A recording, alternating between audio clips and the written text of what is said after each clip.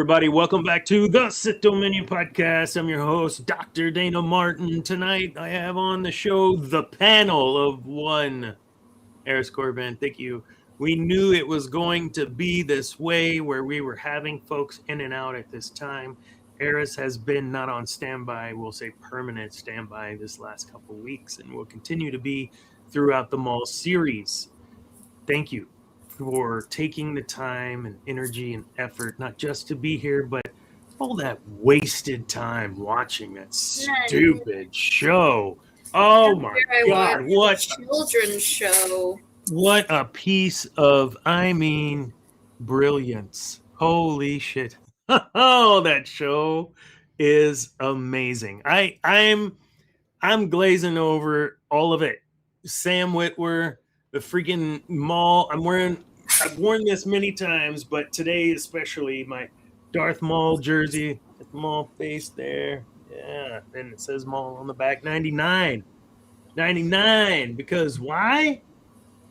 It's when we had the Phantom Menace to society. No. Hey, I wasn't that bad. Not at that age. Wait, you were born in 99. Yeah, I was born the day before it came out. Man, that was a blur. That was a blur. I was born. That was a blur because the day you were born was my first day, orientation day, at Dell. Yep. So I had I had to hurry up and you have the pop you out, and then I gotta go to work because back then Dell had the majority, 90% of us were stateside workers. If you didn't know this, Dell Computer, based in Round Rock, Texas, we had a ginormous call center, and you would be brought on in most cases as a temporary and then temp to hire, right? You do well enough after 90 days, they'll hire you on full time. And that was like the lottery, man, because they give you handfuls of stock. You get all this vacay. It was the heyday. It was the 90s. Freaking, 90s.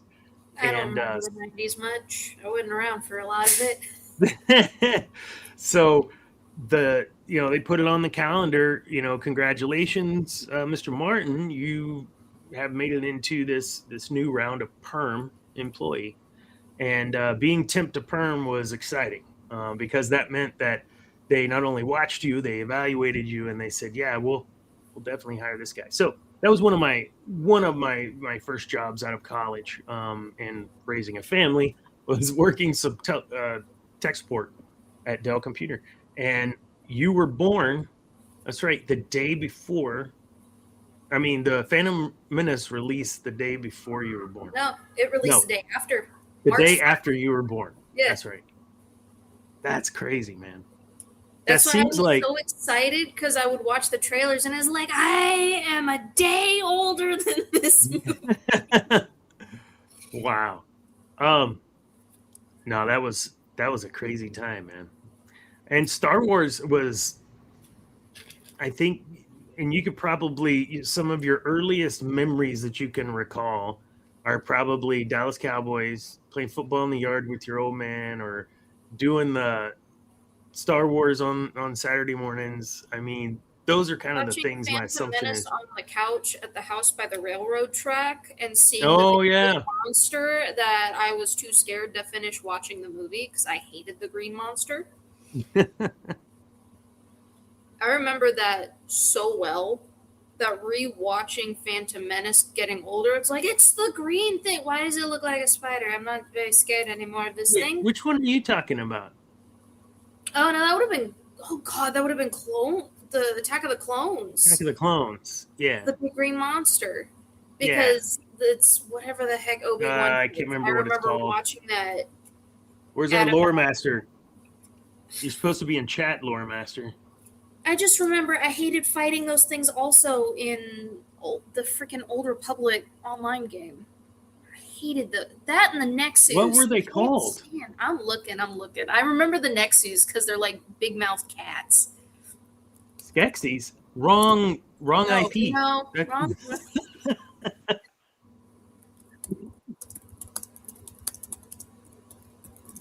My typing is a little bit slower because I've got my wrist brace on. Acklay. I didn't look it up. I just remembered. Acklay? That sounds right. Acklay. Yeah, Acklay. Acklay. Yes! Look at you. Wait, where's the soundboard? We don't have a soundboard. Come on! It's the Star Wars trivia games that we used to play that... Let's go! Oh, who's pinging me? I better not be my son saying, hey, Dad. Hey, Dad, guess what? Oh, it's not. Oh, it's Metronet telling me my bill is due. Oh, my interwebs. Man, I will tell you,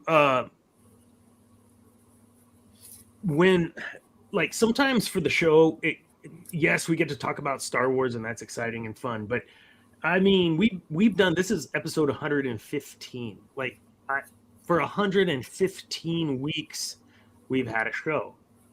In 2.5 years, it's a lot. We've been on the air a lot, and we don't have a lot to show for it, and that's okay.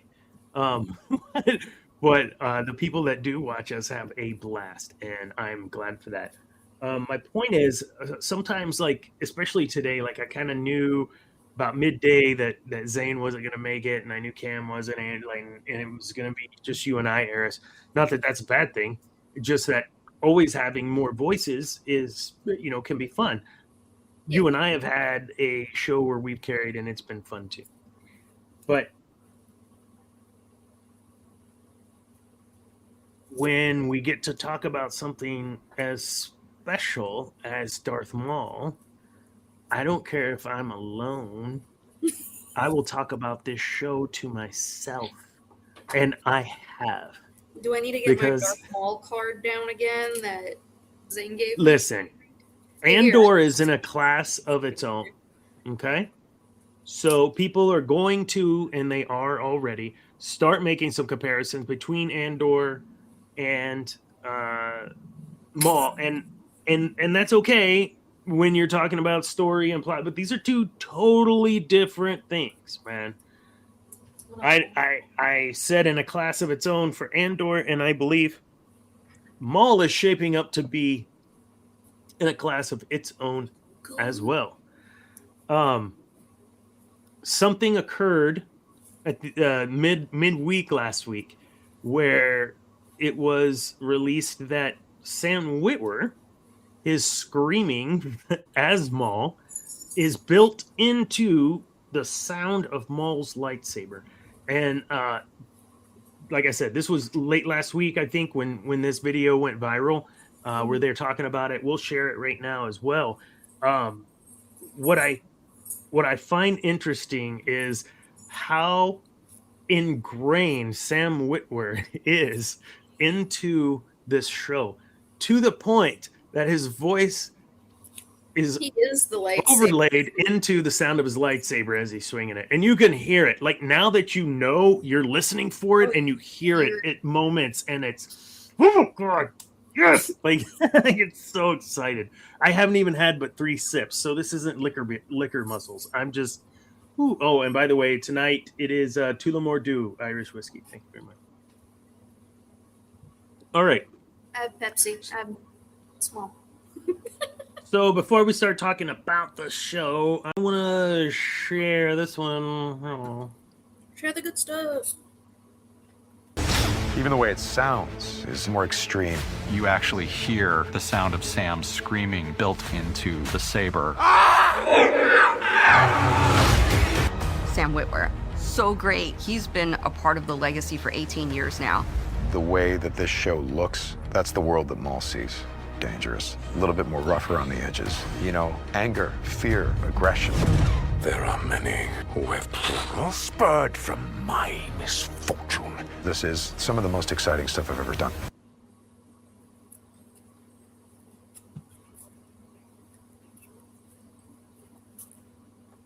I don't like that his career with Star Wars is the age of a legal adult. that makes me feel old. Sam Witwer, you are a national treasure. Holy shit. Okay, so after watching that, I went back and watched episode 1 and 2. That was the third time. And I have to say, like, I hear it now. Like I noticed it was just very, like, everything about the show, the cinematography, the animation, what it looks like, how it feels, like there's pressure, there's intensity, it swells and ebbs and flows. And yes, the writing is God, it's chef's kiss. And there's too much about it that is working. And I can't even say it all because there's stuff that's working that I didn't even know was working, but was working. For example, Sam Witwer screaming voice in the lightsaber. We didn't even know that was there. And that's like the sprinkles on the cupcake, man. This shit's awesome. Holy cow, I can't believe I'm ridiculous. Okay, I'll shut up. So,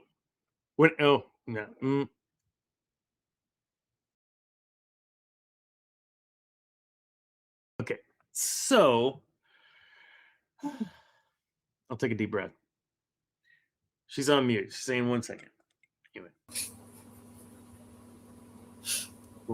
The child came in with a picture he drew for his teacher, and so I was trying to mute before he just outed his teacher's name. Oh, okay.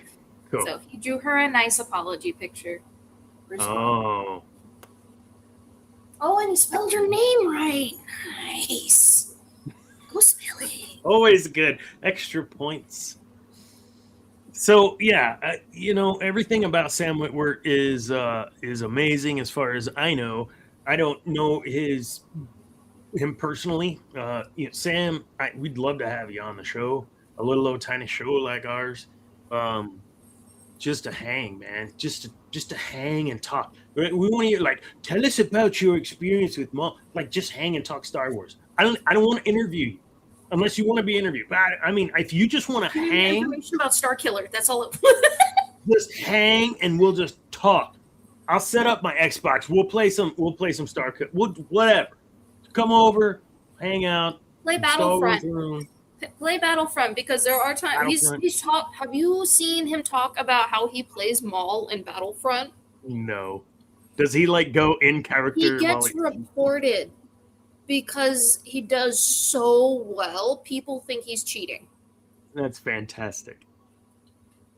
And it is fabulous. And he'll keep, I don't remember what the term is, but the Germans love David Hasselhoff. He'll get Maul and then won't die. So he just has him constantly, and people get upset because they want to play as him as well. But he'll play the whole round and be out once, maybe twice when he's Maul. So nobody else gets to play with Maul, and they get a little upset. It's like, oh, but it's him. But it's the guy. The guy. I'm the dude playing the dude disguised as another dude. All right. It's like I'm glad Henry Cavill played the Witcher games because I know he plays himself. 40K. He's going to be doing a 40K show or movie. So, overall, 1 to 10, episode 3. That one, I've got to give it a high 9.5 compared to the first two. I've got to push the third one up higher because, it had everything. It had politics. I love me some politics. Not an over obsessive amount, but I do like it. So it had your politics. It had the detective work. You had the manipulation and the temptation of the dark side. You had that inner struggle along with just criminal activity being scheduled and fulfilled in a very nicely ordered package. Yeah. that you almost wonder, okay, why haven't they done this sooner? If they're that good at it, why did you wait so long? Yeah. It's good stuff. I don't think there was a single thing. I talked about the one thing with you earlier that it's just the name. It's just her name.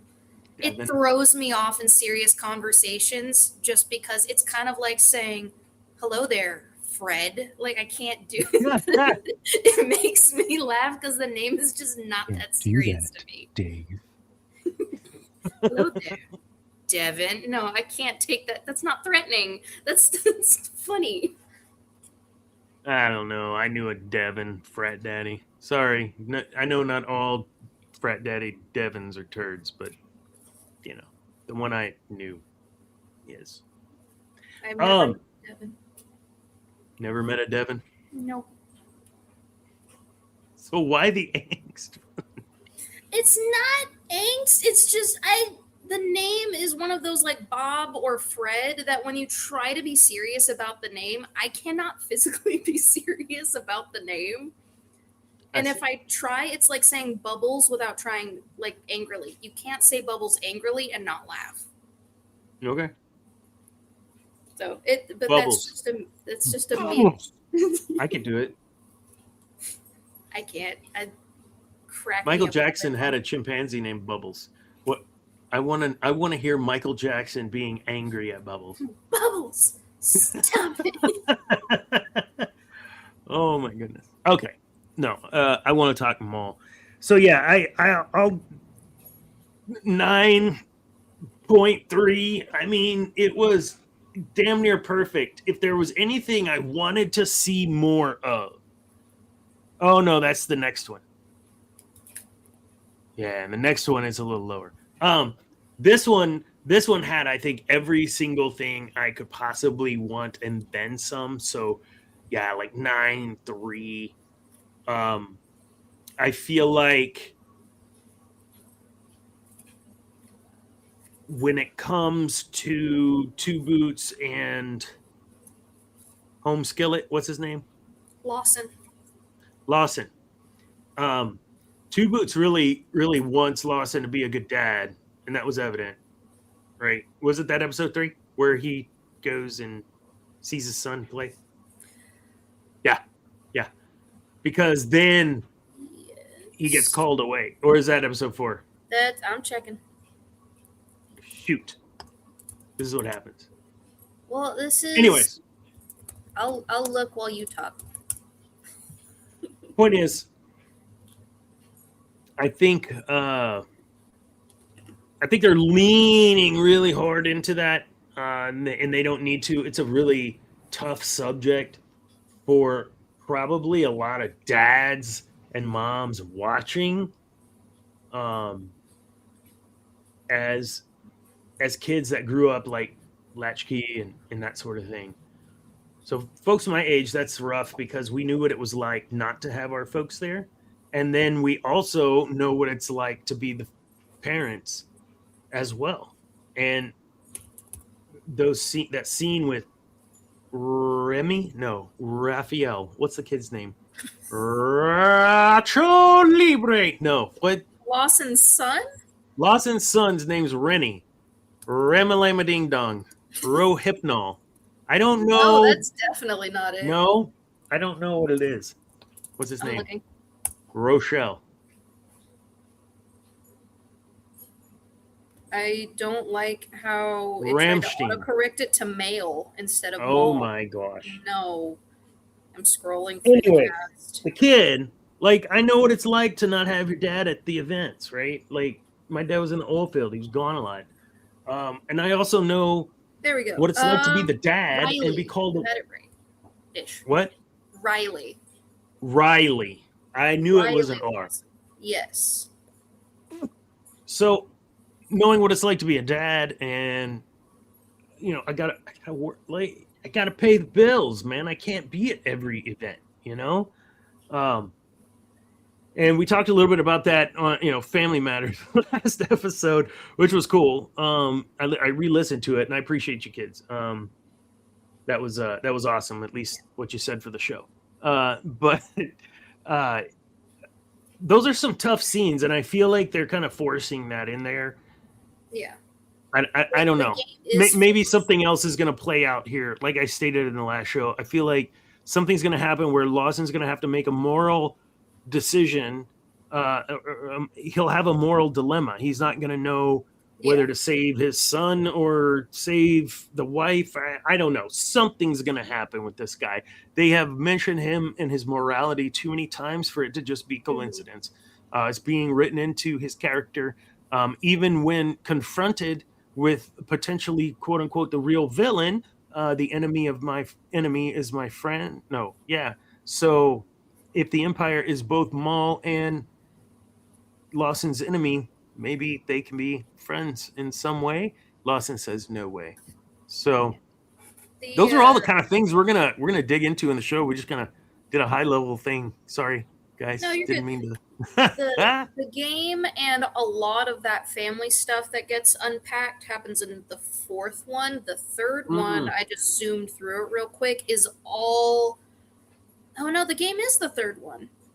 Okay, yeah. Because he gets called away. And then in the fourth one at the beginning is when she finds her master. Yeah, halfway through...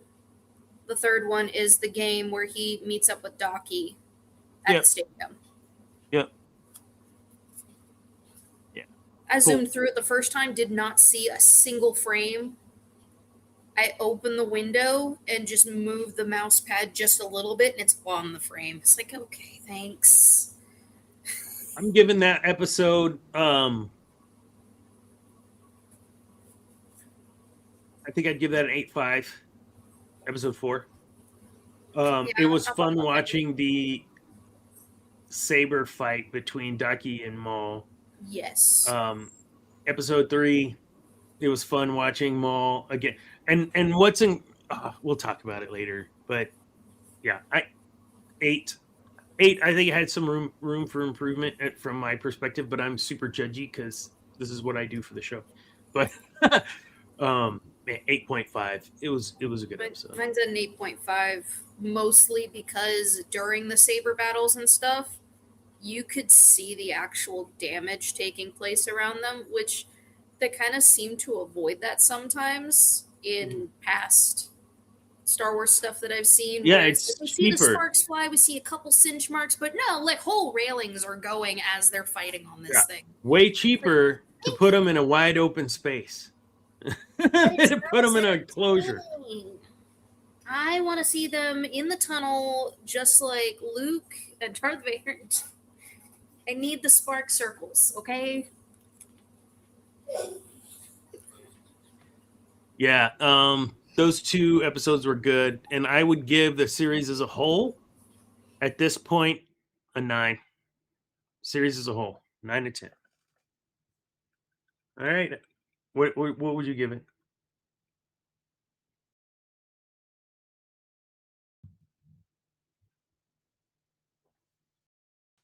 This is when it helps to have another co-host when you don't have the mama bear having the baby. The goober is running around. Children and dogs and husband. This time the dogs are being super well behaved. It's just the smallest It's the husband child. That's not. Oh, no, yeah. He's not home yet. No, it's just the smallest child as he is slowly grabbing everything off the kitchen table one by one and failing horrifically to be sneaky about it. So every time I glance over at him, he giggles and runs back into the hallway. So nice. He's being a child, and it's adorable, but it is also very distracting. Give him some ice cream. No, don't do that. No, I know. no, we don't I do can't do that. that. We don't do that. That's right. Allergic. No. So, episode. What we're gonna do? We're not really gonna walk through the episodes. We're gonna kind of talk themes over the course of the 2 episodes, because these are kind of happening. Yes, they're chronological, but it's kind of happening in chunks. They're really. It's almost like they wrote them in these pairs, if you will. It feels that way. I don't know if that's what they did, but yeah. And so it feels very buttoned up in the next chapter. Mm-hmm. So,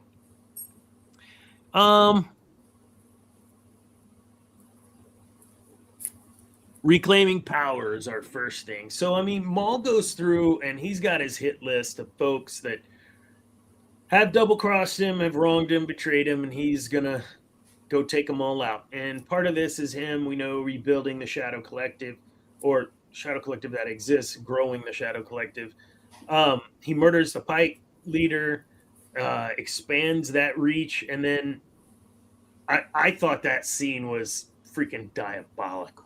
Oh my god. Where he did the Kylo Ren trick with the saber. Mm-hmm. Yeah. Oh, and if you're wondering why we're not showing a whole bunch of clips tonight, it's because we got kicked off the air and then brought back on the air and then kicked off the air again last week because we had too many copyright dings live. Debbie, thank you, Debbie, bless you, went through and edited out all 12 or whatever there were sections that were dinged for copyright. So when you watch, it'll say, yeah, let's look at the clip, and then bam, we're talking about it. Yeah, that's on purpose. That's on purpose, so you could actually hear what we have to say. Otherwise, all right. So not a lot of clips tonight. Anyways, yes, when he does the move and does that, that was pretty sick, man. It's good stuff. It's great stuff. Did you anticipate he would just flat out kill the leader? Yes. Yeah. From what he did, while he had Demas and Vario and was hoping one would kill the other and was going to use the other one. That was pretty obvious. But well, I don't think he anticipated them killing. Or no, I think he was 100% expecting he'd have to use Demas. Yeah. But Vario also works, so it was kind of, okay, well, I'm left with this. Oh, well, we'll figure it out. With the Pykes definitely taking out their leader, and then he puts a puppet on the throne. That sounds awfully familiar. Now, don't it? So mad at the Empire. I'm going to use the same tactics, though, but I'm so mad at the Empire. I'm going to do exactly the same thing. Yeah, he's basically building his own mini empire. Doing the exact same thing. Hey, learn from your enemy, because obviously the tactic worked. You bring up the interesting point there about the frenemies, right? Again, through all of this murder and mayhem, it's not being reported to the Empire, and Maul is like on the most wanted list. Like, they don't what? So there's a thing, and I don't remember if it's in the 3rd or the 4th episode. I'm pretty sure it's the 4th, where they talk about Two Boots talks about the Empire. I don't know if you heard this part. Two Boots and him are talking about getting the Empire involved again. And then Two Boots mentions, hey, but your ex-wife works for the Empire. Yeah. And now it's turned into, is this actually about not wanting the Empire to shut things down? Or is this about you not wanting to confront your ex-wife, who your child wants to see again? Because the kid has talked about wanting to see his mom multiple times. And that, well, his dad wants to go with him, so you need to wait till he can go with you. And just from a child of divorce and someone that has had a bunch of friends and other family members and stuff go through divorce on both sides, and just knowing the Empire and how it functions, it sounds like he's worried mom is going to convince son to join the Empire. Yeah. And then he's never going to see his son again. We know how that works. It's just not going to happen. So if the Empire gets involved, especially because he's in law enforcement, well, now she also has a case of, oh, well, you're not fit to take care of our kid because you can't even handle this. You can't make the right call. Yeah. So his kid could easily be on the line. Or Janix isn't safe because Maul's here, so I'm going to take our kid away. It brings in a whole lot of issues that could be going on. Don't tell the Empire Maul's here, because then Mama Bear will be like, give me back my kid. Yep. And then now his son is stuck in Empire and will probably have to become a soldier and will be cannon fodder. Nah, I think there's something else there, man. Oh, probably, considering that he doesn't even pretend to act like he's going to rat out the Jedi and just goes, oh, yeah, no, we're on the same team. Yeah. And another small thing, it's in the game. Did you hear the announcer say that he had scored like multiple goals in a row? What? Yeah. So what game? When they're at the sports game in episode 3. Oh, yeah. The son's on the field. The announcer. Yeah, he scored again. Yeah, I heard that. Fourth goal in a row in this, and the crowd's cheering him, and it's like, huh, that sounds awfully familiar. Who else is really good at a sport that seems unparalleled in said sport? Is absolutely amazing. We've seen the trophies before. He's almost too naturally gifted at this. That was me in high school. God, you have the Force. No. Lenny. Annie, it is you. Look at you. Oh, no, see, now you gotta swap that to little Riley. It fits. But that's right. That could easily be construed as, okay, so, because it almost looks like they're playing a form of lacrosse. Yeah. So I call it highlight. Yeah. Because it pisses off Brandon, my brother-in-law. He played highlight in high school.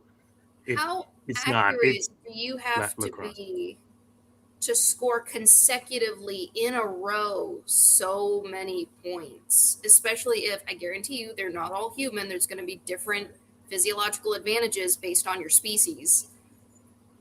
And you're a human.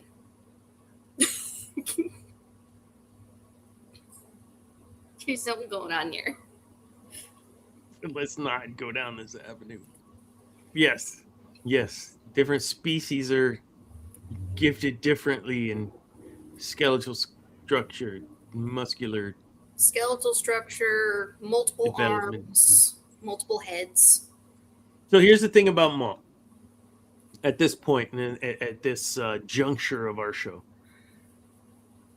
killing the Demas, killing Pyke's leader, all of it was super calculated. It wasn't just the old assassin guy, right? That would just walk in and just chop heads. No, he very calculated. Lots of what's the word? Shoot, what's it called when people die that aren't supposed to die? Casualties? Not casualties. It's something else. I was about to like say bystander casualties. Shoot, I can't think of the word. Anyways, it's like a. Is it specifically when innocent people are killed that should not be killed? Yes. Collateral. Collateral damage. Thank you. Yes, collateral damage. There was more collateral damage in the Clone Wars television series than there is right now. And we know this takes place after the Clone Wars. We know that this takes place before Rebels and before Solo. And so we already see a shift in the way that Maul exudes himself, if you will, right? Like even in the Clone Wars, he was on his way to being something different than what he initially was. He's growing. And when I see that when he kills the Pyke leader, it's calculated, right? It's strategized. It's a plan. Okay, you're gonna pretend that you're me, and you're gonna go like I can just. They're planning it out, right? And the giggles included, just like but he's patient, patient, calculating. He's becoming the things that I adore in Palpatine. The strategist and just a couple steps ahead is where Maul is. Yeah, Palpatine was like playing chess. Everyone else playing checkers. Maul, he knows a few moves on the chessboard, I think, and he's very what's the word? Measured. He's very measured, and I don't know. It's good. Does he realize that he is pretty much using the same moves that Palpatine used to? Of course not. He's not the smartest guy. No, maybe he does. I'll do these same things that Palpatine did, but just on a smaller scale. Because I was getting a lot of the same manipulation tactics that were used on Anakin are being used on Devon, and that's what it's like. Do you even realize that you're doing the same thing at all? I don't think he is, because he tries to make it sound like he's so different from Palpatine, but it's like, no, that's the same. That's the same. I've seen this tactic before. I can't say like father, like son, but technically, like master, like student, for sure.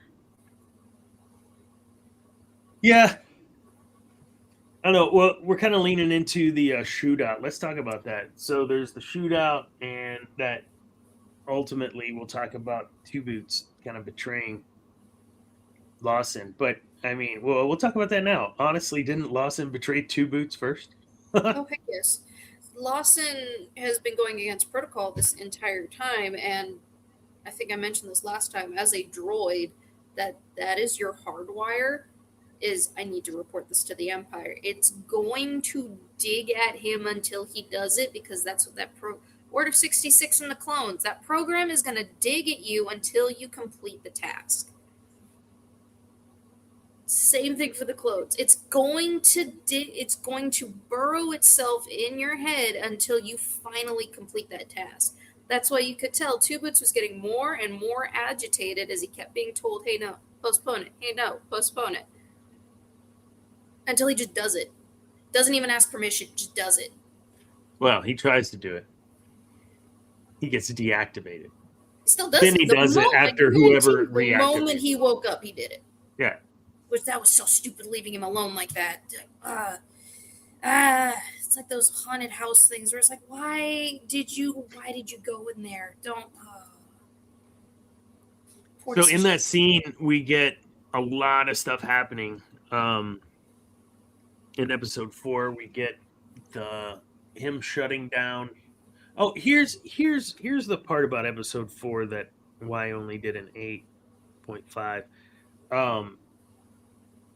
I felt like they set up Lawson to be kind of a super sleuth. Like, he has a lot of respect from Two Boots and, whatever. He's the guy. And he was just kind of handed Maul. Like, he didn't really have to do... They showed us the board, with the pictures and the connections.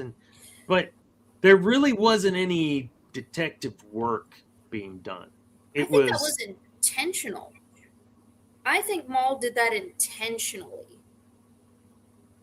Because if you watched it, like, he kept, anytime the detective was on screen, he zoomed in on the footage, and he saw, okay, this guy, I can use this guy. So 100%, if Maul didn't want to be caught, he was not going to be found. He was not going to be caught. It just wasn't going to happen.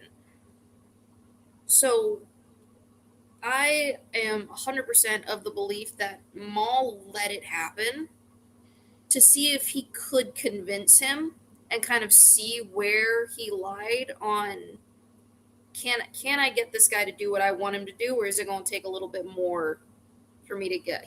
He's going to use him regardless. But what is it going to take? Yeah.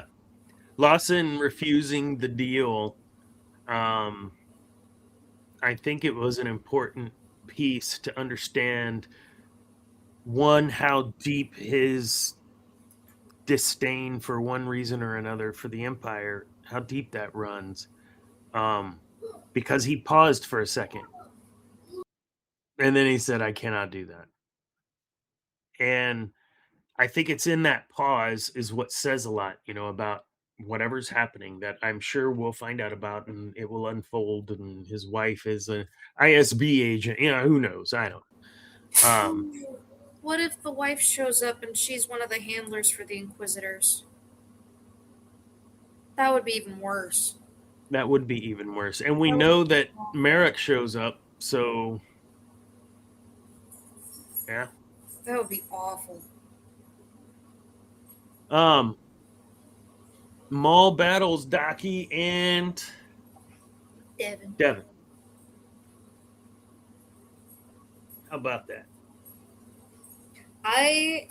Like I mentioned before, I like that they actually had elements of the quote-unquote scenery being destroyed in the process and actually be used in the fight. And it was really nice to see that, even though from the clips we've seen or from the parts of Devon that we've seen when she fights with the saber, we are definitely not quite there yet. We are still pretty new to saber fighting from what it looks like. She knows the basics, which is great, but that's all she knows. Mm-hmm. Well, and it looks like her master's injured pretty bad. Mm-hmm. And then watching them fight, they fought as a unit, even though, which that was really nice to see. That gave me Anakin Obi-Wan fighting vibes. What was the first thing that he did, though? He totally did the Dooku move. He leaned over at Anakin. Dooku leaned at Anakin and then kicked Kenobi off and out of the way so he could isolate Anakin. That's exactly what Maul did. He kept isolating Devon, and then once he realized, okay, this guy's going to be a pain in my butt, he kept isolating Daki. Yep. He went for whichever one was going to be the biggest problem. Devon was probably just to cause issues and test her a little bit more. When Devon and him fight in episode 3, he's one-arming her.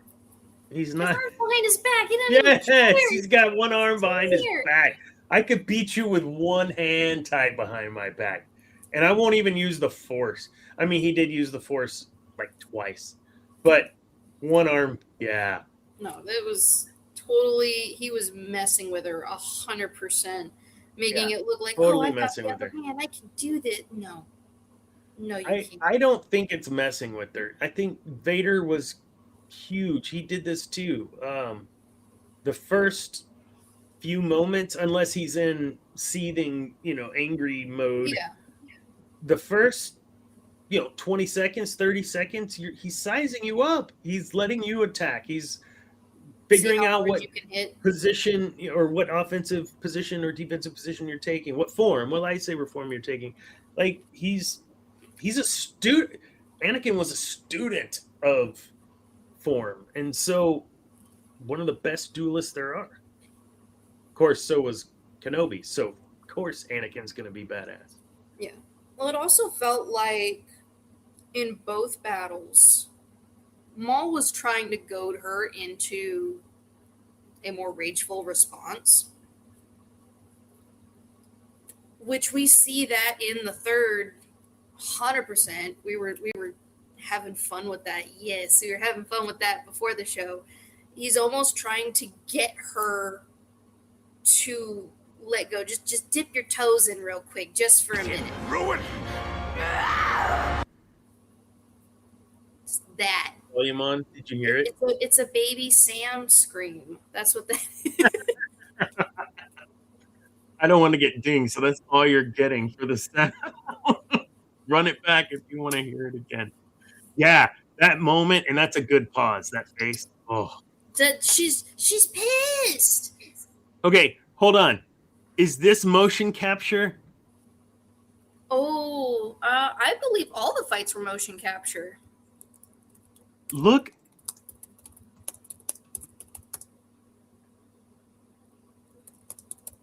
Here's the next piece. Here we go. We'll watch it again. Like, it's too clean to not.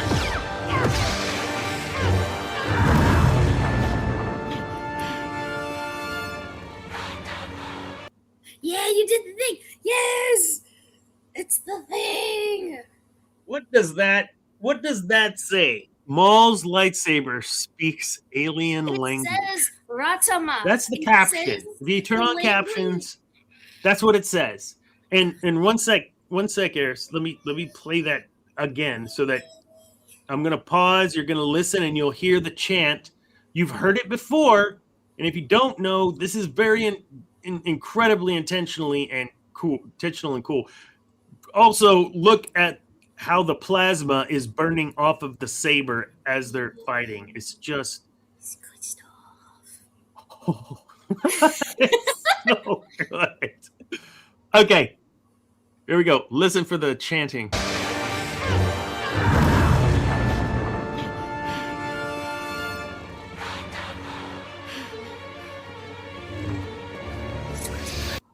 Man.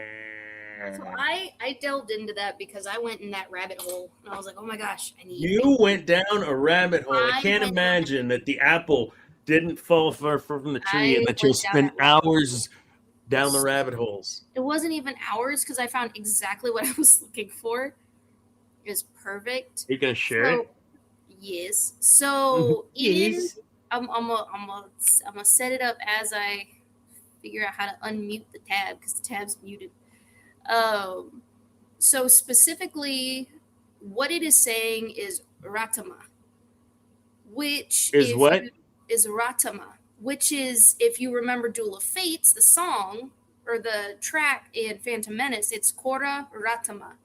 The only reason I know this is because I watched the behind the scenes for Phantom Menace so many times. I did too, and they're saying like burger, macaroni, No. and all the Kora Ratama. That's all they say over and over and over again, just in different stylizations. Because the goal was to What does make that it mean? sound like, doesn't mean anything. The goal was to make it sound Latin, so it sounded like an ancient alien language. That doesn't mean anything. one for It Lucas. sounds like it. Oh my gosh, let me Are you gonna share your I was screen? stuck in there we go. I was stuck in full screen and I couldn't get out of it. Okay, and I even have it specifically on the spot. Let's do share. I'll full screen it. Okay. So Does it say it in the? it says Do it, you but it's have not in the subtitles? captions. It doesn't have the subtitles because at the time it was literally background noise. The subtitles don't even mention it. That's why I think But- this is so cool. Did you put the subtitles up? I can't. Subtitles closed caption should be on. So we'll see if Okay. it comes up.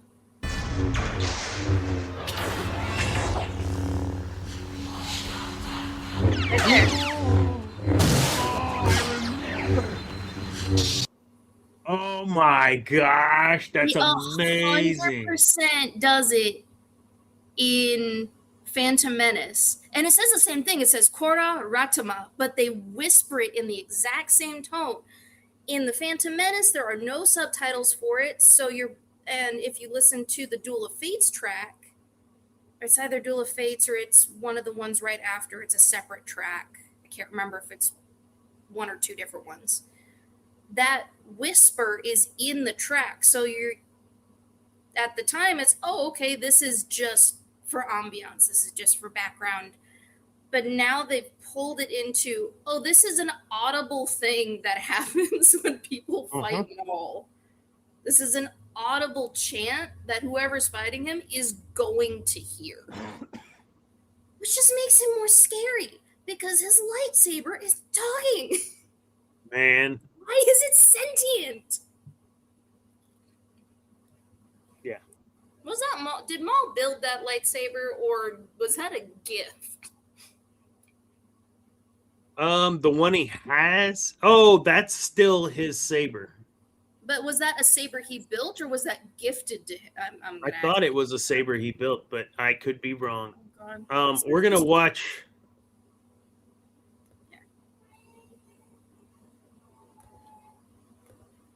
One more little bit because we got to hear the scream.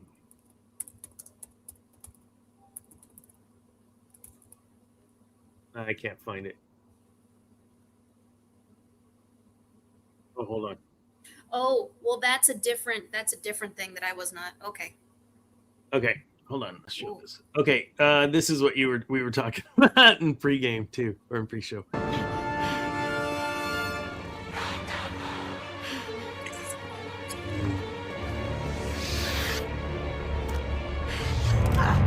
Right here. I'm going to need that back, Devon. Okay, I gotta say, when he said that, I went, oh, shit. Like it was perfect, perfectly scripted. That pause, yeah, and perfectly delivered. Sam Witwer, National Treasure. That moment is where it was like, man, this is more than a 9. 0.3. How about a 9.3? Devon. So now I did look to see if he built his own lightsaber. And he did. He built his own lightsaber. And according to canon stuff, it was crafted from plans found in a Sith holocron that Darth Sidious owned. Oh. So whose lightsaber did he build if he built someone else's plans? And it's a Sith holocron, so who knows how old that is, whose plans those originally belonged to. Yeah.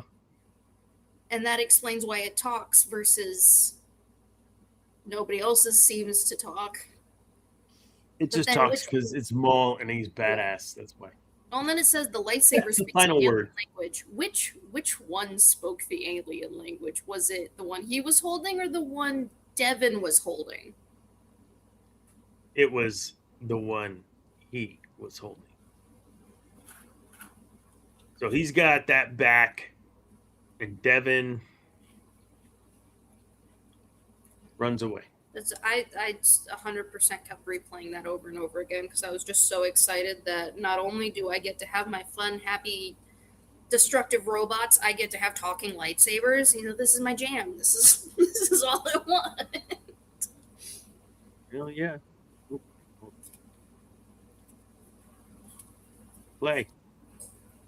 Oh my goodness. Go. Okay. Pikes. Yep, he kills him. Yep.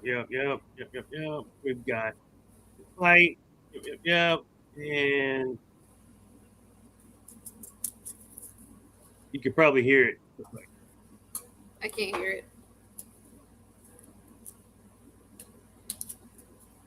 Your Streamlabs is being nice and not playing everything really loud. Good. Here we go.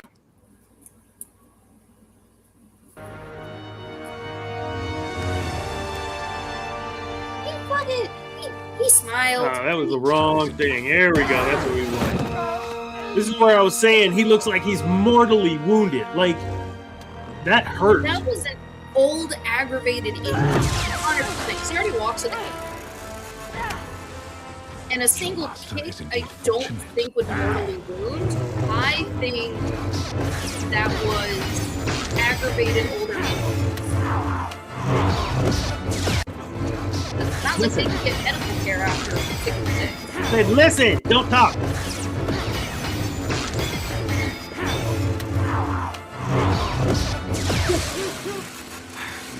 Did you hear it? It sounds like a very angry cat. Dude. That is insane. Yeah. What? I mean, he pretty handily beat Daki and what's her name? Oh yeah. He had already had sized her up in episode 3. And Daki's an old But man. he's a person that has to have an apprentice. Like, he has to have legacy. He has to teach. And yes, for it's not about the pupil. It's like, I need you. You complete me. I need to teach someone. I need a student. I need a pupil. Not only do I need a pupil, I need a pupil that will, be useful to me, right? Like, so he's very selective on who he chooses because he needs to use them. He has no desire of ever really, I think, fully developing them. It's just the notion, I believe, of being a teacher and being having a student is what he admires and wants to make sure that he's doing, I guess, is what he wants a legacy, and an easy way to have a legacy is to have someone to teach everything you know to. Yeah, man. Oh. Height. Yeah. I was trying to get some of those screams. I didn't cue any of the screams up, but whatever. Let's dig into the Empire a little bit more, because this was something we touched on with the mother potentially being involved with the Empire as a employee, agent, what have you.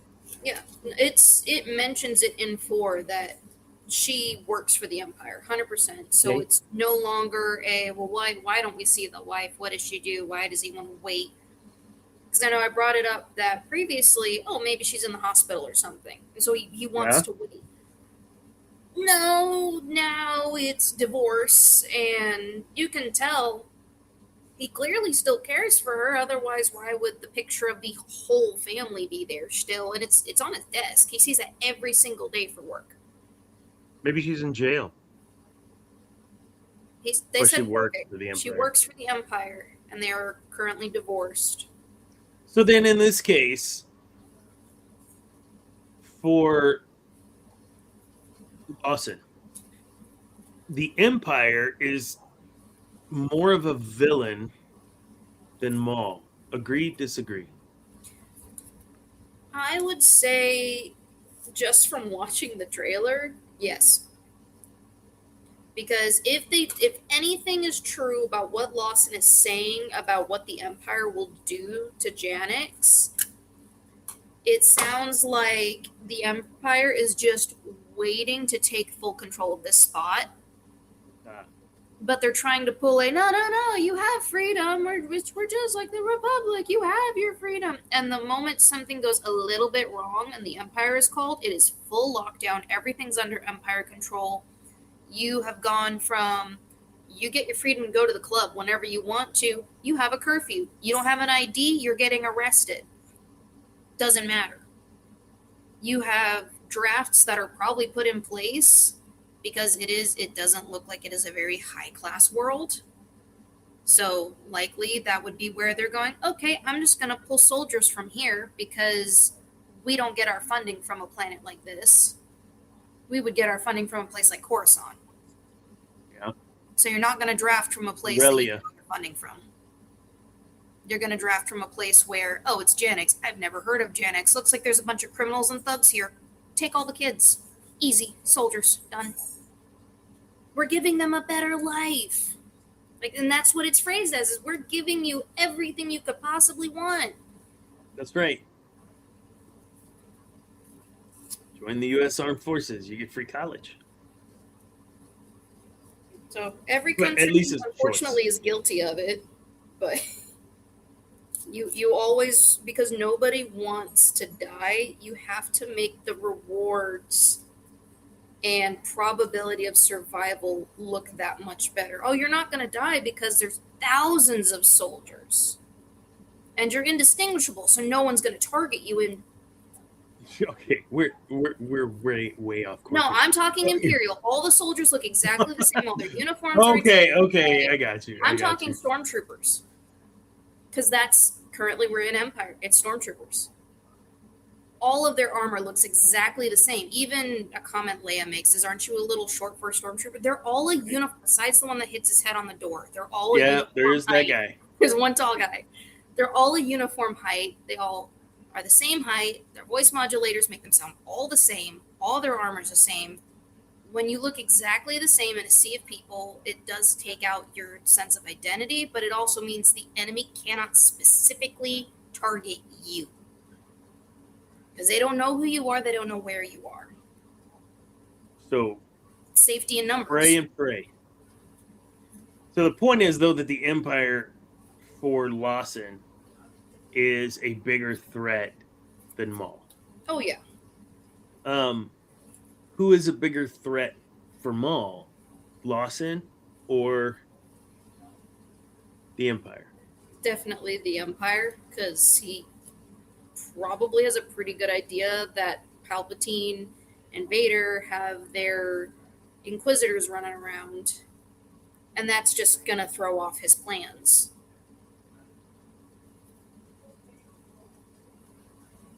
I'm afraid they're going to have Lawson and Maul work together against the Empire. I think that is 100% going to happen, but it's not going to be... I don't think Lawson is going to compromise his morals too far.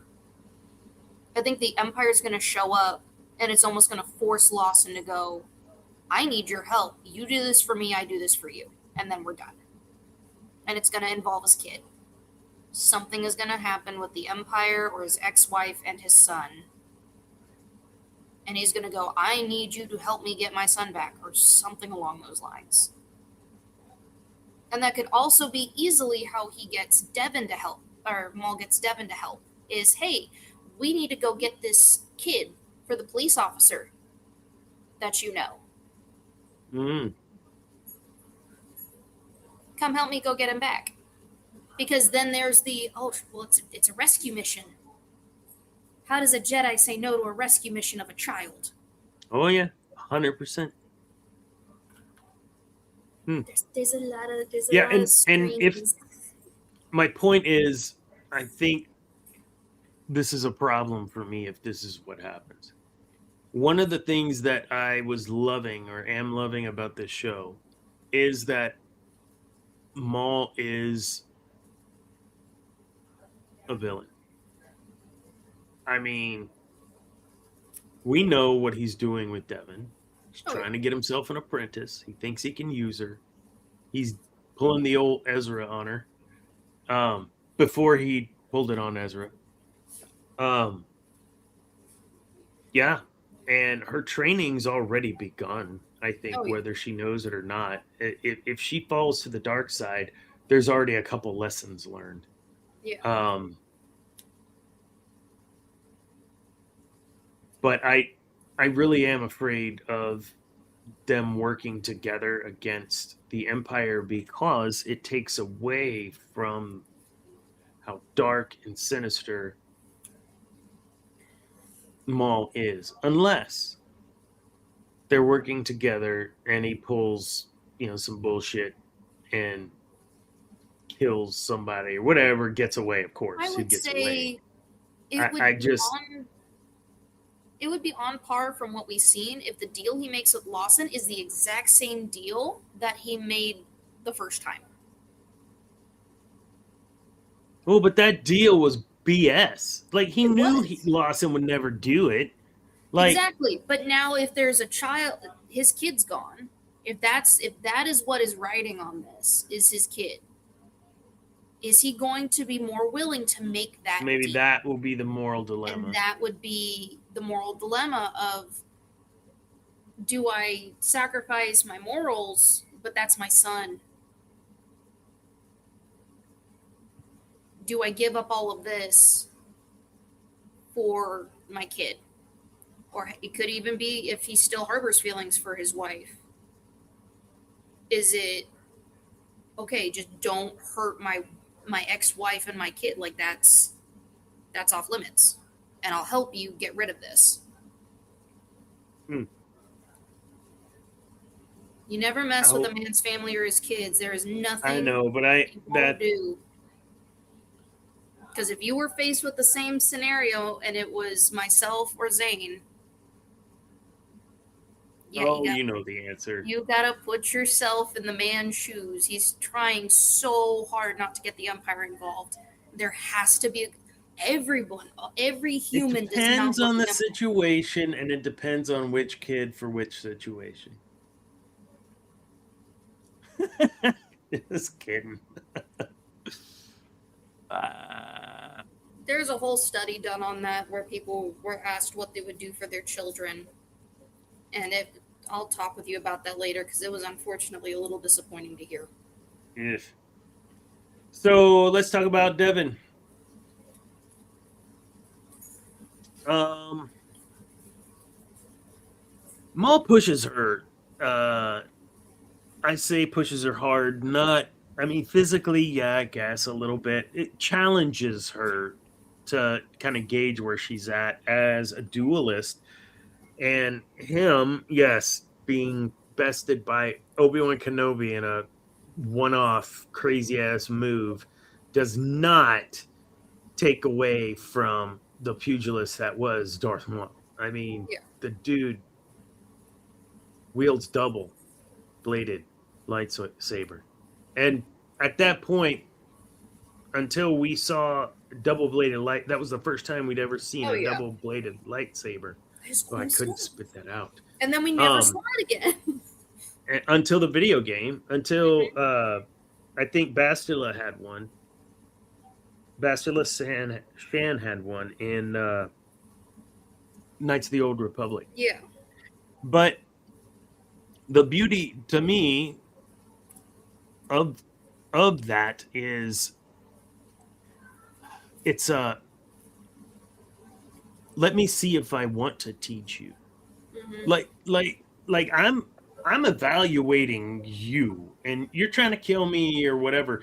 I'm actually kind of seeing if you're worthy. It's an interview of my tutelage. That's what Maul's doing. Process. Yes, and he's asking her. He's auditioning. If I didn't get dinged right now for copyright again, I would just run that clip where they're going back and forth. He's literally interviewing. What about this? Well, you said that, and blah blah blah, and the Jedi. Why wouldn't you want to help? Like all of those things. He's interviewing her, and he decides. Sit down, have some tea. Let's have a gentlemanly chat about your life. Well, choices. that was before. That was before she attacked him. Yeah. But he was asking all of the questions and in the beginning, sure. Like even throughout the saber fight, he was continuing to ask and talk with her. And it's almost like I thought it was brilliant.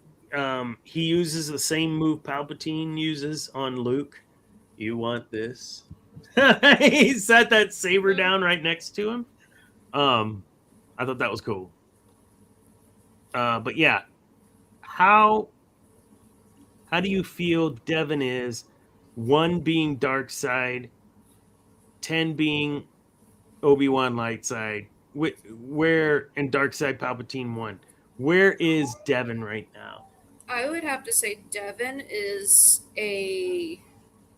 she's a 4 and dropping fast. A 4? She is not in the middle because we see multiple times she gets mad. She gets mad. And when she gets mad, she uses it. Every time. Anytime we've seen her make some form of escape, do some form of attack, she's pissed and she uses it. Jackie did that too. Moment of silence for Jackie. So that's okay. Every single time She gets upset. She's using that. Whether or not she realizes it, she is deliberately disobeying her master. Not even just say, oh, well, I didn't ask, but I thought it would be okay. No, he tells her, do not steal. And she turns around and does it behind his back. She's told, don't do this. Be patient. Trust in your teachings. And she does the complete opposite. She's Anakin. She's Anakin, but a few notches down. She's already had too many traumatic events happen. But she's lost everything. She relies on her anger way too much. And while Maul's goading her and saying, oh, you're just going to run. You have a lightsaber. You're just running? Really? Mm-hmm. And then the moment she reaches the door, realizes it doesn't open, she turns around and gets ready to attack whatever she can see. That's not Jedi. 100% that, to me, that is not what a Jedi would do. Would they run around and they would be on the defensive, not looking for something to kick or punch or fight? Because she's looking for him for a good couple minutes.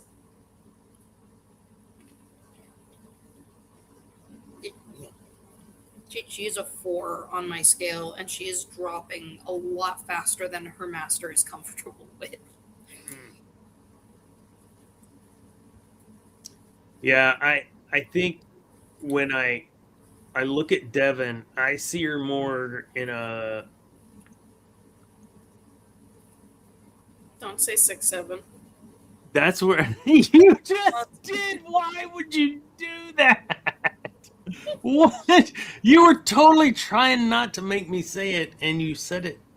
Matt, Eris, what is wrong with you? You fell for the oldest trick in the book. No, I said it so you don't have to. I have to deal with it all day because I got 2 kids. Oh my God, Andrew.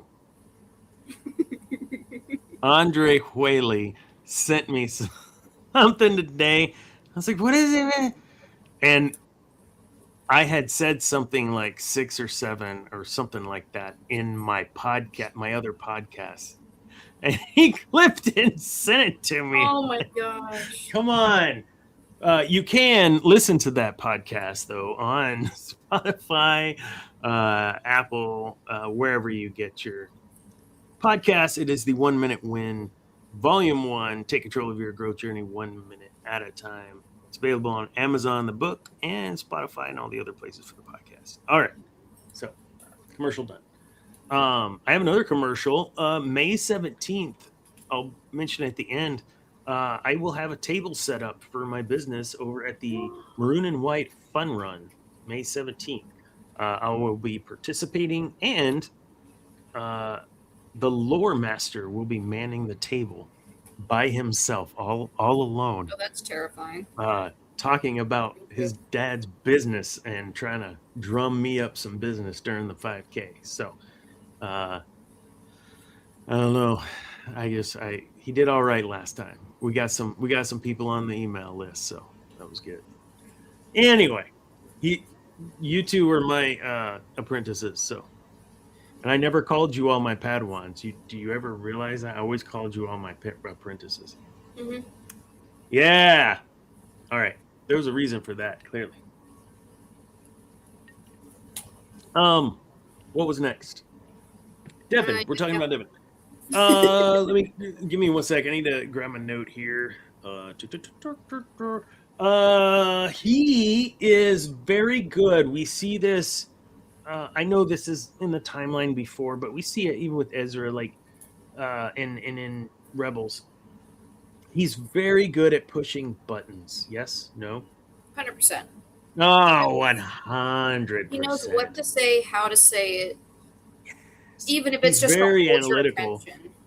Yep, he can read you, and he knew going in already information about Devon, no doubt. I mean, he's a broker of information himself, right? So he had questions.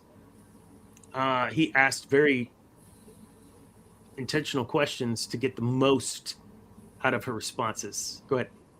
Did Devon ever actually give her or give him her name? Ever? Did she ever openly give him her name? I don't remember. No. I'm looking. I watched them both twice again. I watched them both once yesterday, once today. I just know at the end, Devon. Like that's the only time I heard him say it. Did she ever actually speak her name to him? Because the first time, who are you? I'm a prisoner. And he asks more questions, and then I don't think she ever actually says his. I said though in the episode it was very reminiscent of Luke questioning Rey. Who are you? I'm Rey. Blah blah blah. No, who are you? Like I felt like that's what he was doing with her. And did she say her name then?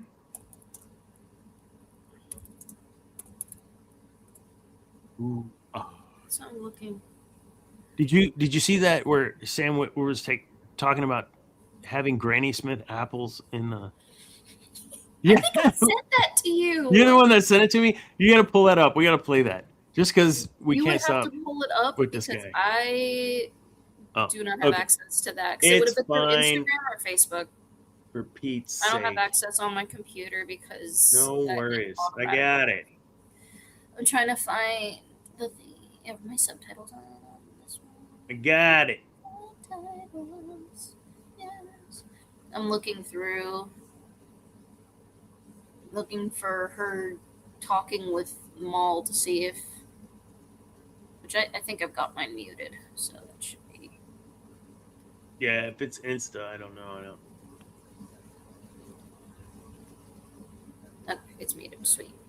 That's what I'm watching the subtitles while you pull that up to see if she ever actually said her name. Can't we just Google it? When was the first time the name? I don't know. There's got to be some AI. So I did Google it, and so far I'm not seeing anything. Like I looked it up. Like, did he actually tell? Or did she actually tell him her name, or was there a moment when he was told her name? I have to sneeze. Don't sneeze. Bless you.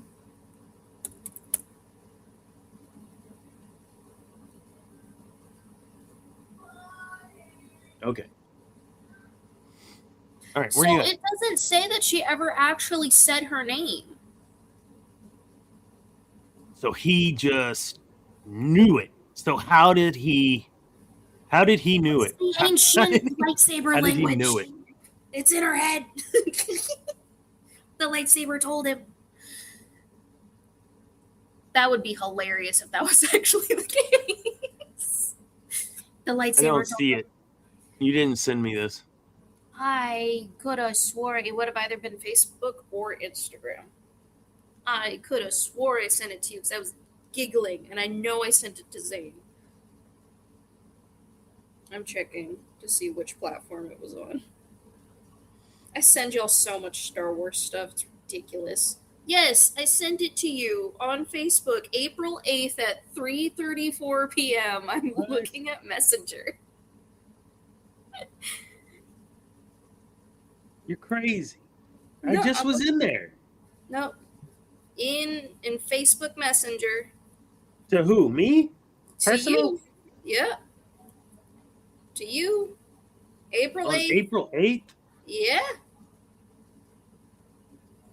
I'm looking What day is that? That was the first day, or that was Wednesday. That was the day after our last day. I told you. I found it. I sent it to Zane as well. All right, here we go. This is insane. What show? What are we doing? We're talking about Darth Maul, right? We're talking about Darth Maul. We're pulling up more Sam clips. More Sam clips. All right.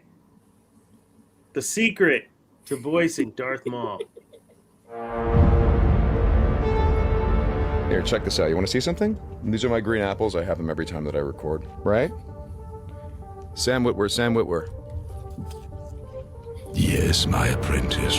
Yes, we have all been made to suffer. We survive, but do not live. It's all really in the green apples. Fantastic, man. Yeah. So, the green apples. It's the green apples. Yes. That's awesome. Devon, what's going to happen? Is she going to turn? Is she not going to turn? I mean, you've only got 4 episodes left, right? I think she's going... Is it 8 or 10 episodes? 10. Okay, so you got 6 episodes left. So I don't think she's going... If she does fully turn, it's not going to be till like the very end. It's going to be the very end if she does. I think she is going to stay at like a 3 or a 2, with 1 being Sidious, Darkseid. She's going to be at a 3 or a 2, and she's just going to stay there. I don't think she's going to get much farther because of how ingrained those teachings are. Because that's all she knew beforehand. If this is all taking place, let's just say it takes place within a couple of months. That is habit still. That is ingrained. It's going to take a while for her to completely abandon all of that. So what about, is it that she turns to the dark side, but Maul doesn't appear to be preaching Sith? And my assumption is that he's really still salty with Palpatine, who is Sith. Yeah. So would he claim to be Sith anymore, or would he have denounced that and is just going to try to bring her to the dark side and just you know train like not as Sith? I don't know. You see what I'm saying? Just use the dark. I think once it hits towards the end, we're going to see him convincing her that, yes, use the dark side because that's what you need for survival. He's going to pivot back to, you have to change your ideals to survive. It is not the same world anymore. It is not the same. The Jedi are the heroes and the Sith are the bad guys. No, any Force user is now considered a bad guy. It doesn't matter if you're Jedi or not. You're going to get executed. So why stick to those morals if those morals are going to get you killed? You have to adapt to the world that you are being placed in. And she's young enough that she can adapt. Which also is, he's going to try and work with her, not her master. Her master is older. He's already been ingrained in that. He is so involved in the Jedi mentality. He's like, I'm just going to beg on the street. I'll be fine. I'll be okay. We'll be good. And she's like, no, it's not working. Mm-hmm. We need something to actually work. This is not working. So with Devon's, what's the word? Frailty. Maybe I'll say frailty in her path right now. It looked like, and I said this when it happened in the clip, as well as the beginning of the show. It looks like he was mortally wounded. Like you said, maybe re-injured, an old injury. He was kicked in the chest, and when he landed, he grabbed his chest, like maybe he's crushed. I don't know. If she loses her master, what? If you put yourself in Devon's shoes, you're a student now without a master. Mm-hmm.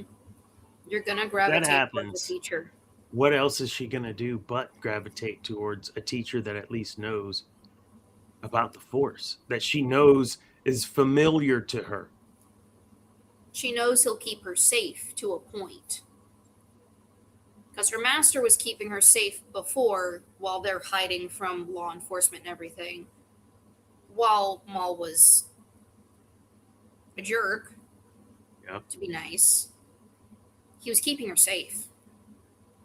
She didn't have to worry about the constant presence of police or someone finding out that she could use the Force. She was safe. So even if it's, I don't want to be here, but you're my safest option. You, again, it goes back to survival. You are my survival plan now.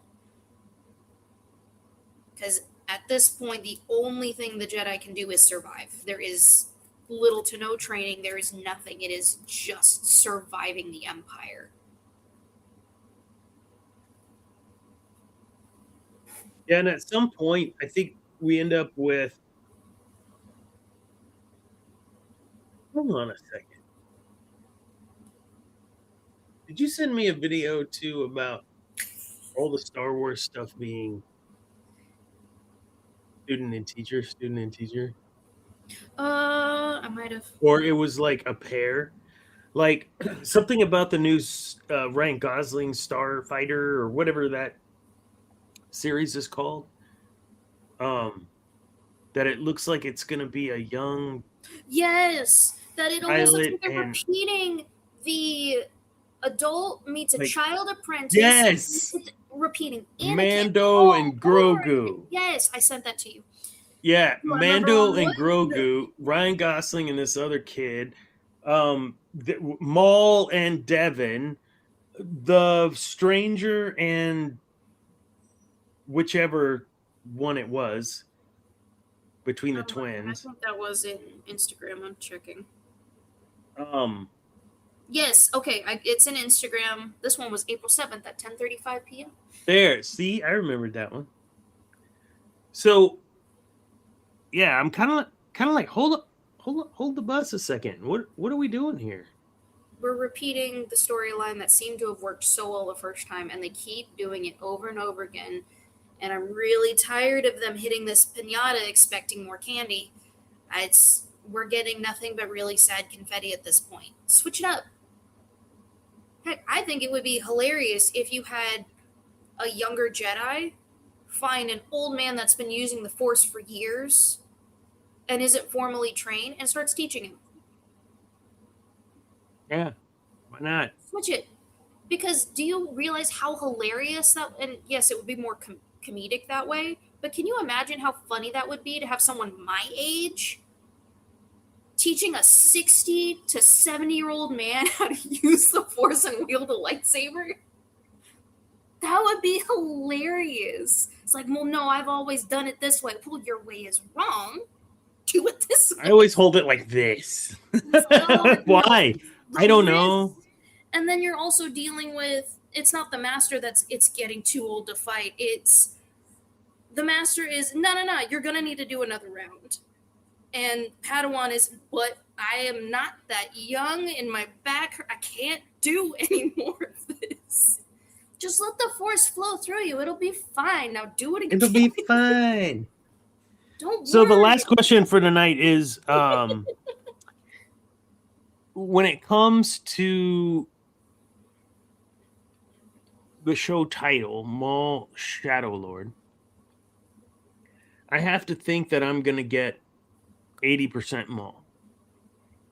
I feel like in episode 1 through 4 so far, we've gotten 60% Maul. Not sure how I feel about that, because I know the story is centered around Maul, supposedly. And I say supposedly because we are spending a lot of time talking about that. I think So once Mando and Grogu ended up being more about Grogu than Mando. I don't want this to be a show more about Devon than Maul, and you're calling it Maul. I don't want it to be about Grogu, and you're calling it The Mandalorian. I don't think it'll be all about Devon. I have a good feeling that, because it's Sam and Filoni, I have a good feeling that with those two together, we're going to get more Maul. They need to flesh out why the Empire is there and why Devon is even in the picture. They've done that now. First 4 episodes. They now have 6 episodes to increase Maul's whereabout, whatever, his screen presence. They have a lot more because now we have laid all of. I don't think there are any bare bones that have been missed that questions would need to be answered at this point. We've gotten everything fleshed out up until this point. So we now have motivation, we have main characters, we have backstories, we have everything. Mm-hmm. We just need to take it and run. And I feel like everything from this point on is going to be more Maul heavy because now you've got the Inquisitors. Now he's going to have to deal with Devon. Probably, I'm going to guess episode 5 is where we're going to get him and Devon starting to work together. Because now the Empire's here and Merrick's here, and that's all. Heck yeah, let's go. And I'm here for Merrick, man. And I think that's because Merrick is involved. We're going to branch off. We're going to have Maul and Devon. We're going to have Lawson, and we're going to have Merrick and the Empire. But there's a good chance that Merrick and the Empire is also going to drift more into Lawson. You're going to have law versus criminal. It's my boy. He's Two Boots. Two Boots. Yeah. So this is where Two Boots asks Lawson to forgive him. You know, I hope you can forgive me. After Lawson asked for forgiveness for deactivating him, which this is where there's more to the story clearly. And when he says, I hope you can forgive me, it's more than I hope you can forgive me for disobeying you. There's something more to it, right? Like you said, like, is his wife going to be on that ship, you know, or what? Something. But I wanted to show off my lore skills. This is easy, though. So this is really important, what we see here. Empire shows up. But that's right there. That right there. Do you know what that is? Don't tell me that's one of the freaking laser beams we're gonna glass. No. Thank you. I'm gonna back it up just a bit. This right here. Oops. Don't make me say Star Destroyer, Super Star Destroyer, and then the other one. Okay. It's been too long. I haven't played Star Wars trivia. This is actually an interdictor class starship. The interdictor class starship had a gravity well weapon. So it would produce a gravity well, which would prevent any ships from entering hyperspace.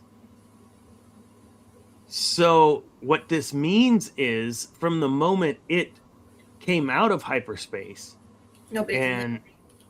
anyone on planet is trapped. This is one of those tiny details that, we geek out on, like, when I see this, like, oh, they just trapped everyone on the planet. So that's what Lawson said was going to happen, not leaving. Too. Nobody's leaving. Everybody is trapped with the Empire. So I'm stoked. Like, let's see what ends up happening now. We've got the interdictor class starship trapping everyone on the planet. Let's go. I just saw the ship and went, oh no. Here they go. But you bring up the class of the ship. That's exactly what Lawson said was going to happen, is they will lock the planet down. And I was like, how are they going to do this? Someone's going to get out. Someone always gets out. I've seen Rogue One. Someone always gets out. Well, and in Rogue One, you hear, I think, Admiral Raddus say, take out the interdictor. Mm-hmm. Like, that's what that means. Like, get rid of that guy so you can get the hell out of there. Because the moment that's right, because they came into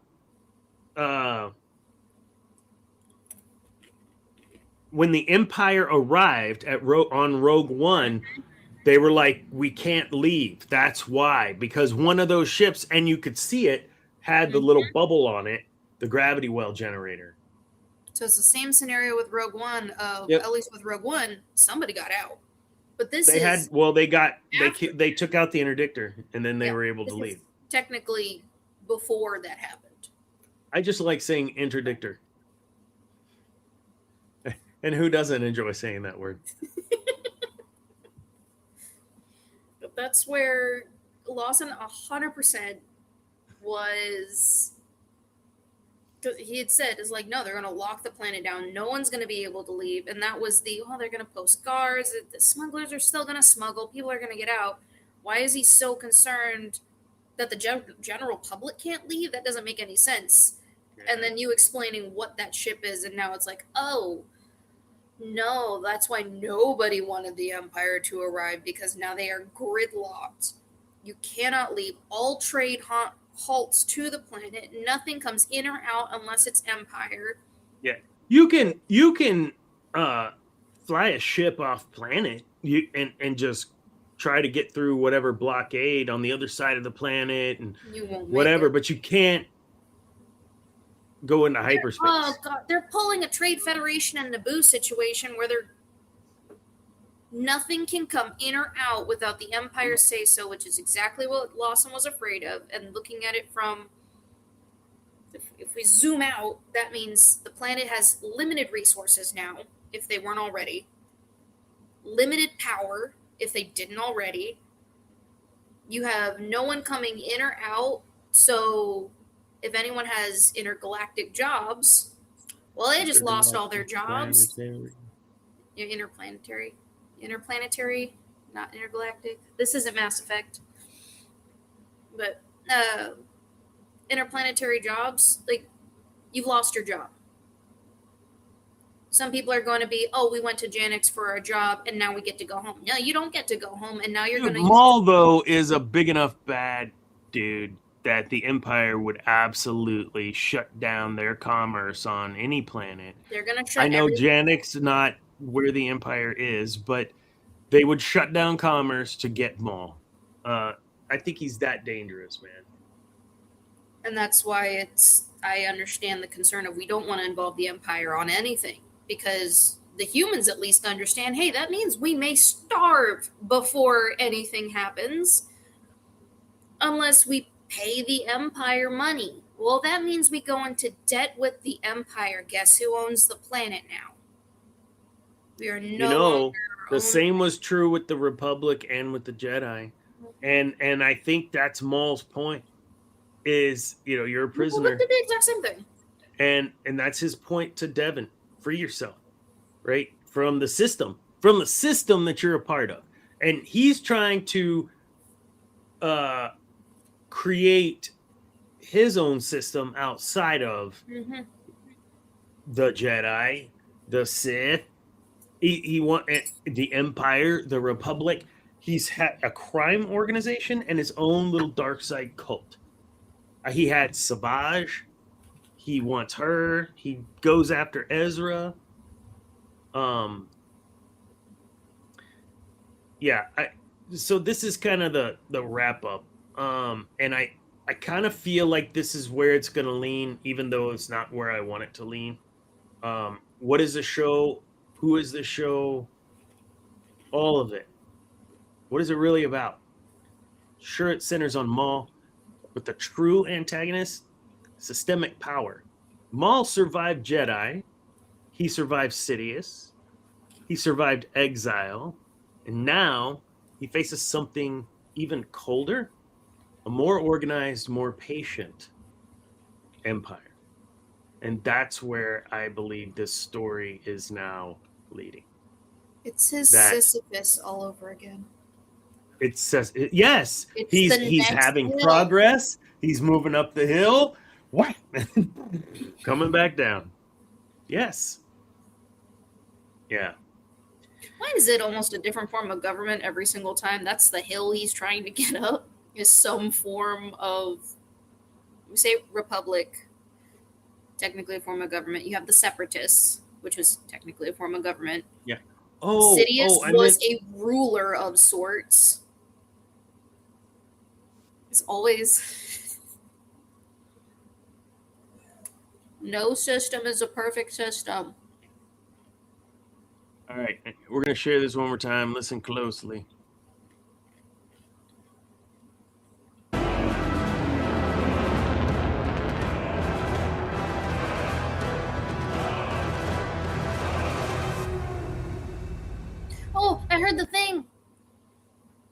can't make me say it, but I heard the thing. That sounded awfully close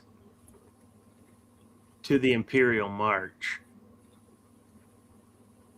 The question is it for the Empire? Or are we going to get to see a moment of Vader? I think I would be very afraid to see if Vader was on that ship, just hovering, and then saying, "Rick, go deal with it. I'll watch." That'd be terrifying. Maul knows who this guy is, and if he can avoid a fight with Anakin, he does. Well, he goes after Anakin's Padawan. He doesn't fight Vader. I heard nothing that Vader would be in this show. But I swear it sounds like it says tense Imperial music, but it sounds like Imperial March. And that's fine, because yes, Star Destroyers come into Imperial March, but so does Vader. And I just can't. They existed at this exact same time in the timeline. Why is that something we've never talked about? What, Darth Maul and Vader existing at the same time, but never really coming into contact? Yes. I don't think Maul wants anything to do with Vader. I have a good feeling Maul knows who Vader is, as we heard from.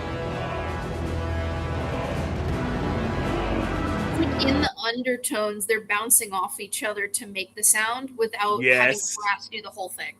Yes. It's pretty clean. I liked it. With how that would make sense for me is Maul knows Anakin is Darth Vader. We know this. He talks about it with Ahsoka on Mandalore. Yeah. They have a discussion. Maul knows who Anakin is and does not fight with him often at all. That's not something that often occurs. And his whole thing is with Kenobi. We know Anakin is an extremely skilled duelist. Well, now he's Vader, and he has no restraint. I don't think Maul wants any part of that.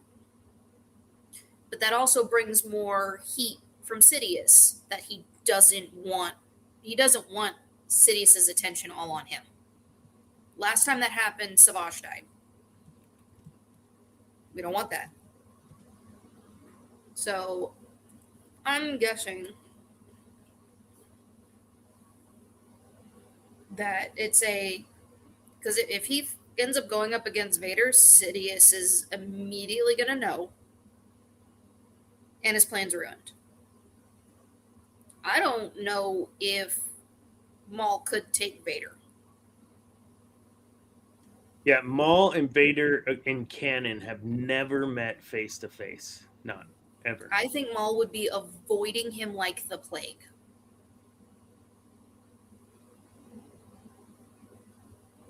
Because that's also a man that slaughtered multiple Jedi. Yeah, and Maul in Rebels, you were alluding to this. Maul flees from a potential encounter with Vader, realizing he cannot defeat him alone. Yeah. I don't think Maul wants. And even the Inquisitors never met Maul face to face, but we're about to change that in this series because they're about to meet Merrick. Well, we know Merrick survives. So is that a reason that Maul ends up fighting Merrick? Because this is super early Empire. Is it a case of Maul fights Merrick and goes, wait, this is one of Darth Vader's? I'm not fighting him. I can't beat this guy. And he's being trained by Anakin. Yeah, and you're right. He wouldn't go himself. He sees Maul as just he's not afraid of Maul. How many times has Obi-Wan taken legs off? He's like, not whatever. A threat to him. Maul's whatever. And so he'll send the Inquisitors, and that's why Merrick is there. We may get a holocron or something of Vader. It makes sense to me that we would see Vader if he's there. Like, it's fine if he's there. I don't need him to be a big part. I'm just saying if he's there, like, it makes sense. Especially that we know the Inquisitors are going to be there. So it's not going to be random that he's there. It does make me wonder how much Two Boots told them, if he told them about the other Force users. Because Two Boots was there when Daki was fixing the bridge. So how much did Two Boots relay was going on? Was it just Darth Maul, or did he say there were other Force users on the planet? Because that's also going to instill how big of a response the Empire provides. Yeah. If it's just Darth Maul, there might be one, maybe two Inquisitors. Okay, there's Darth Maul and other Force users. Okay, now that sounds more like there is definitely going to be at least two Inquisitors going. I'm thinking we're going to see more than just Merrick as a dark side Force user, or you're going to have an extremely skilled individual partnering with Merrick, almost like your Mandalorians partnering with Darth Maul. I don't know. Okay. We didn't talk enough about the animation. Look at this. So it's muted. The tiny, yes.